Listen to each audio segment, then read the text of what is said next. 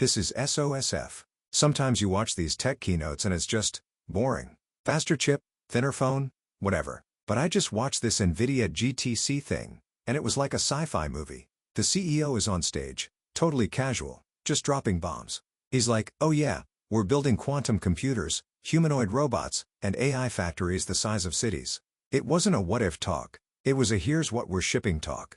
My brain is still trying to process it. So, let's get into it. For the last 60 years, the whole game in computing has been about one thing: Moore's Law. This was the Bible, the social contract of tech. The idea was simple, right?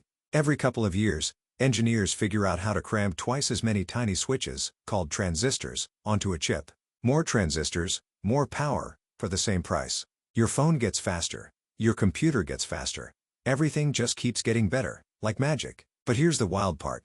That party is over. Jensen basically got on stage and said, yeah, Moore's Law is dead. We've hit a wall. It's not a speed bump. It's a 10,000-foot granite cliff. It's like trying to tune a 4-cylinder engine to produce 1,000,000 horsepower. You can only make the pistons move so fast before the laws of physics just say, nope, and the whole thing melts into a puddle. We're at the atomic level now. The transistors are so small that electrons just leak through the walls. It's called quantum tunneling. We're literally at the boundary of reality. The gains we're getting now are tiny, and they cost a fortune, and it's just not enough for what's coming. This is a huge deal, because at the exact same moment that our old way of making computers faster is running out of gas, we have this explosion of artificial intelligence that needs an insane, insatiable amount of power. It's the perfect storm. It's like discovering a new continent that's 10,000 miles away. At the exact moment your wooden ship springs a leak and the forest you used to build it burns down. The old way is broken, right when we need it most. So, what do? This is where NVIDIA made a crazy bet like 30 years ago. They looked at the way a normal computer brain, a CPU, works. A CPU is like one genius professor, a control freak. You give it a really hard problem, and it solves it step by step, very meticulously. It has to check everything in order. It's brilliant for running your web browser and your operating system, but it's terrible at massive, parallel problems. What NVIDIA did with their GPUs was different. They said, what if, instead of one genius, we had an army of 1,000 pretty good at math guys? You don't give the army the whole problem. You break the problem into 1,000 tiny pieces and give one piece to each guy. They all solve their little piece at the same time, and boom, you get the answer 1,000 times faster. This is what they call accelerated computing. It started with making video games look real, calculating how light bounces off 1,000,000 blades of grass at once. But here's the secret, and this is the part that's so important. Having the army of processors is useless if you don't have a general who can tell them what to do. That general is their software platform, something called CUDA. CUDA is the real kingdom. It's the instruction manual, the language, the operating system for this new kind of computing. It's the iOS for this AI revolution. They've spent decades, building this thing, creating hundreds of specialized software libraries for every industry you can imagine, from designing the next generation of microchips to discovering new drugs, to simulating the weather, to finding new oil deposits. This is their 30-year bet paying off. And because they were the only ones crazy enough to spend billions of dollars building this software moat for an army that, for a while, only played video games, they now own the entire field. Everyone who wants to do serious AI has to build on CUDA. It's their real treasure, more than any single chip. So, they solved the end of Moore's Law problem years ago. They had this whole new way of computing. And then, AI happened. And their weird parallel processing model, the one they built for video games, turned out to be the perfect, and maybe the only, engine for artificial intelligence. It was like they built the perfect boat without knowing this giant wave was coming. And that brings us to the core of what this guy was talking about, the stuff that really gets your head spinning.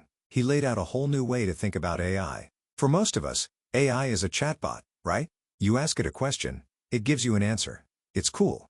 It's a neat trick. But Jensen says that's like looking at the first light bulb and thinking it's just a nice candle. He made this profound point. AI is not a tool. It's work. Think about that for a second. Microsoft Word is a tool. A hammer is a tool. A web browser is a tool. You have to use them. You do the work. A hammer doesn't build a house. A carpenter uses a hammer to build a house. For 50 years, the entire tech industry has been about building better hammers. But an AI is different. It's a thing that can use the tools on your behalf. It's the carpenter. He gave this example of an AI called Cursor that they use at NVIDIA. It's an AI agent that partners with their software engineers. The human engineer has an idea, a goal. Hey, I need to refactor this code to make it run faster and connect to this new database. The AI agent doesn't just autocomplete a line, it understands the intent. It does the grunt work of writing the thousands of lines of code, using the coding tools to get the job done. The human becomes an art director, and the AI is the entire production team. The AI is the worker. A self-driving car? That's not a tool. It's an AI chauffeur that's doing the work of driving the car. It's not just following lines. It's perceiving the world, making predictions, and making thousands of tiny judgment calls every second, just like a human driver. This flips everything on its head. The entire tech industry for the last 50 years has been about building better tools for humans to use. Now, for the first time, we're building technology that can do the work itself. We've automated muscle power with the steam engine.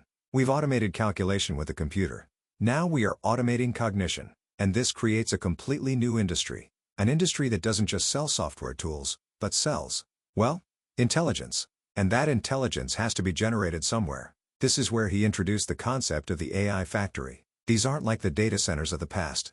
A data center is a passive thing. It's a storage locker for your emails, a filing cabinet for websites. It just holds information. An AI factory is an active thing. It's a foundry. It's a power plant.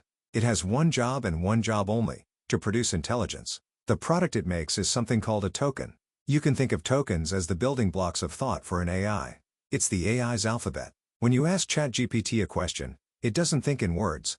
It processes tokens. A word might be 1 token, or 3, or 5. But it's not just words. An image is broken down into tokens. A protein structure, a chemical, the way a robot moves, the sound of a voice, all of it can be turned into tokens. It's a universal language for reality. So, an AI factory is a building the size of a stadium, consuming gigawatts of power, literally, the output of a nuclear reactor, filled with mountains of NVIDIA's chips, and its only purpose is to churn out these tokens, these thoughts as fast and as cheaply as possible. It's a factory for intelligence. How wild is that? The new metric of the 21st century isn't cost per barrel of oil, it's cost per token of intelligence. But here's the problem they ran into. AI models are getting smarter and smarter, and the smarter they get, the more people use them. It's an addiction. The AI gets better at writing code, so every programmer starts using it. The AI gets better at understanding medicine, so every doctor starts using it. The more people use them, the more money the AI companies make. The more money they make, the more computing power they buy from NVIDIA to make their AIs even smarter. It's this virtuous cycle, this feedback loop that's spinning faster and faster. He said we're now facing 2 exponentials at once. The demand for AI computation is growing exponentially, and the capability of the AI itself is growing exponentially. And all of this is happening right as Moore's law, the old way of getting more power, has flatlined. It's a crisis. It's a supply and demand crunch for intelligence itself. So, how do you feed this beast? How do you get 10 times more performance when you can't just make the chips 10 times better? His answer is something he calls extreme co-design.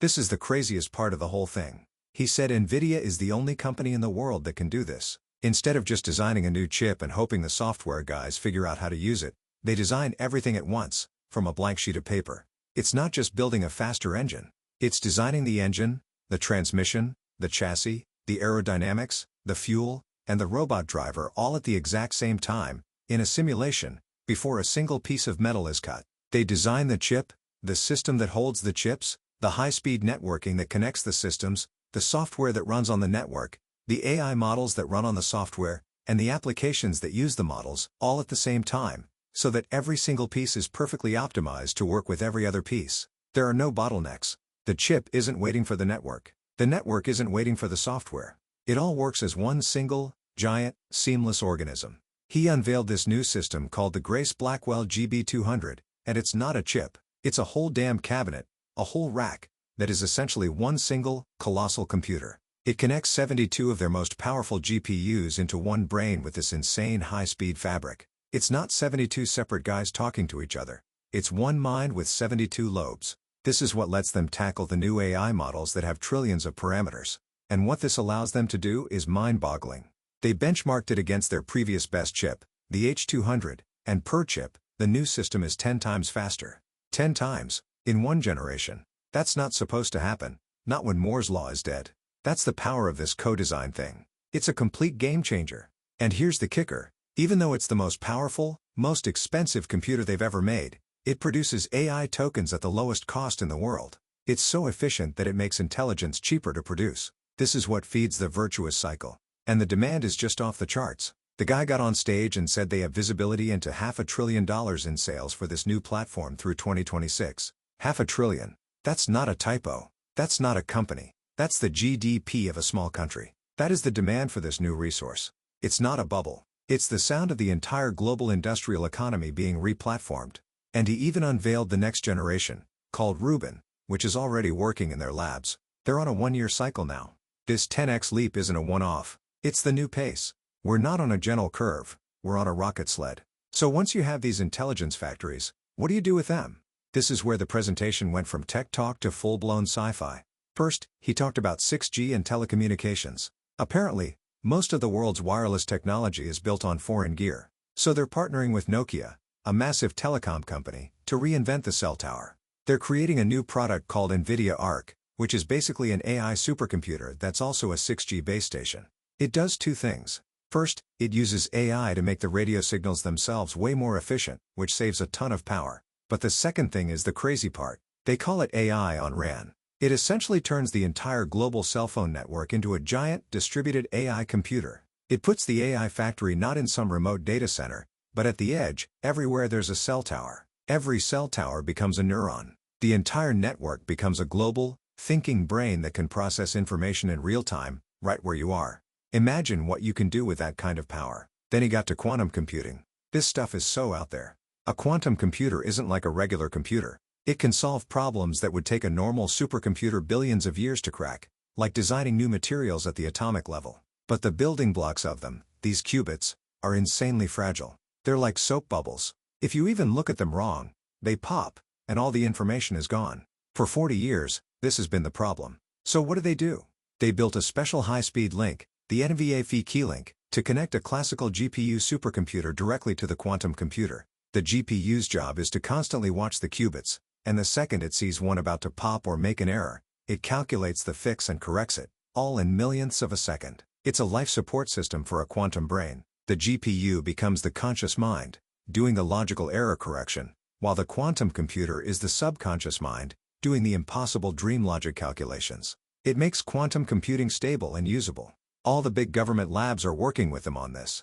But the part that really hit me was when he talked about physical AI and robotics. This is where the digital world starts to touch the physical world. He said to build a true robot, you need 3 different computers. First, you need the giant AI factory, the Blackwell system, to train the robot's main brain. This is the school. Second, you need a different kind of computer, an omniverse computer, which is basically a reality simulator. This is the dojo. This is where it gets nuts. Before a robot is ever physically built, they create a perfect digital twin of it inside this simulation. They also create a digital twin of the factory or warehouse it's going to work in.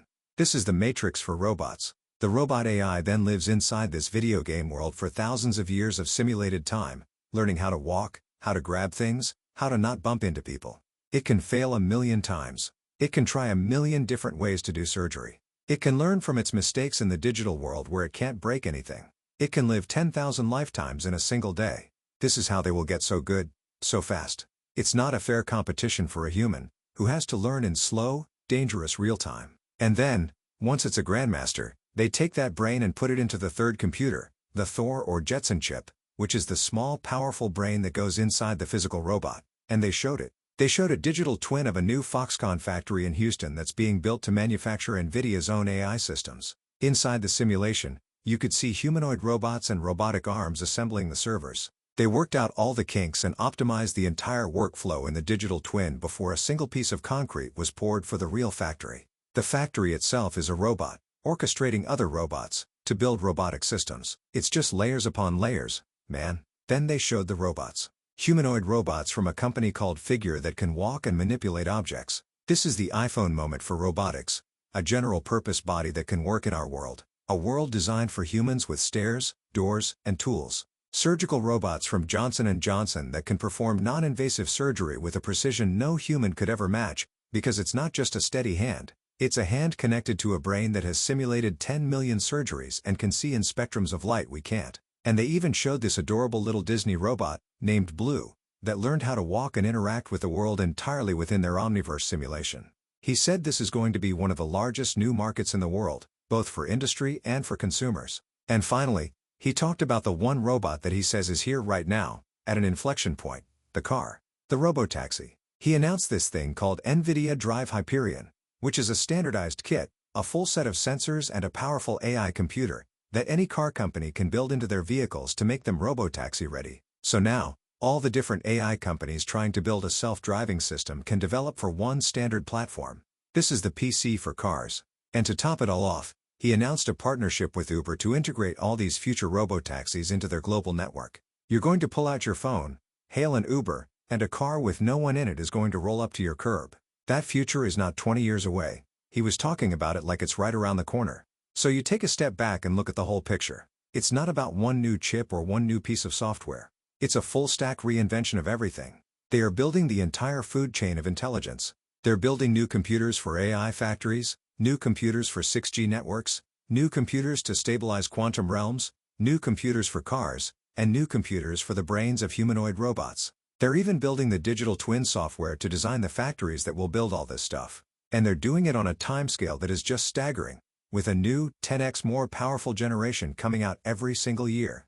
It feels like we're standing at the beginning of a new industrial revolution. The first one was powered by steam and iron. The last one was powered by silicon and software. This one is being powered by AI. It's a revolution built on factories that produce intelligence itself. And the things that come out of those factories, the autonomous robots, the scientific discoveries, the global intelligence networks, are going to reshape our world in ways we probably can't even begin to comprehend right now. We're moving from a world where we told computers what to do, a world of coding and explicit instructions, to a world where we tell them what we want, a world of goals and intent.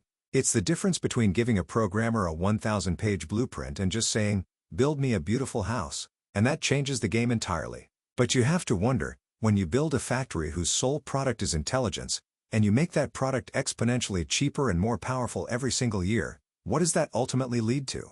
We're so focused on the tools and the robots and the immediate applications, but we might be missing the bigger picture. Here's a thought. This guy talks about digital twins, right? Simulating an entire factory, simulating a robot's whole life before it's even built. What if we're in one of those? How do we know we're not just some advanced AI simulation, running out a scenario before they build the real thing? What would be the one test you could run to prove you're actually real? Kinda messes with your head, doesn't it? See you next time.